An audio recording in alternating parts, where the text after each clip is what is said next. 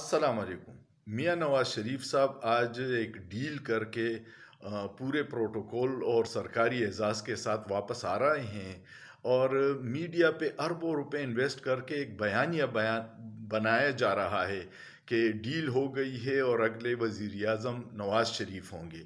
ये एक नफसियाती हरबा है आपको मायूस करने का कि जो मुहिब वतन क़ुव्वतें हैं, जो मुहिब वतन लोग हैं, जो इस माफिया को शिकस्त देना चाहते हैं, वो इलेक्शन के रोज़ वोट डालने न निकले, क्योंकि उनके जहन में ये बिठाया जाए कि डील तो पहले हो चुकी है, हमारी वोट की कोई कीमत अहमियत नहीं है।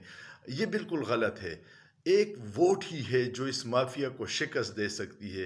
आपने पुरअमन रहना है, अपने वोट की हिफाजत करनी है और इन डीलों मीलों को हम शिकस्त उस वक्त दे सकते हैं जब बड़ी तादाद में लोग निकलें और अपने हक राहदही इस्तेमाल करके इस माफिया को शिकस्त दें।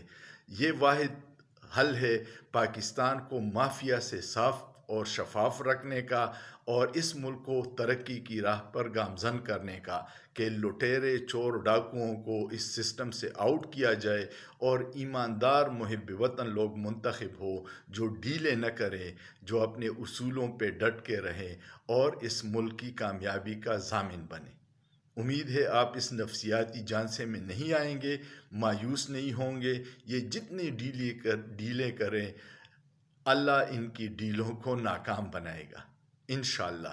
सोचिए, सोचना जुर्म नहीं है।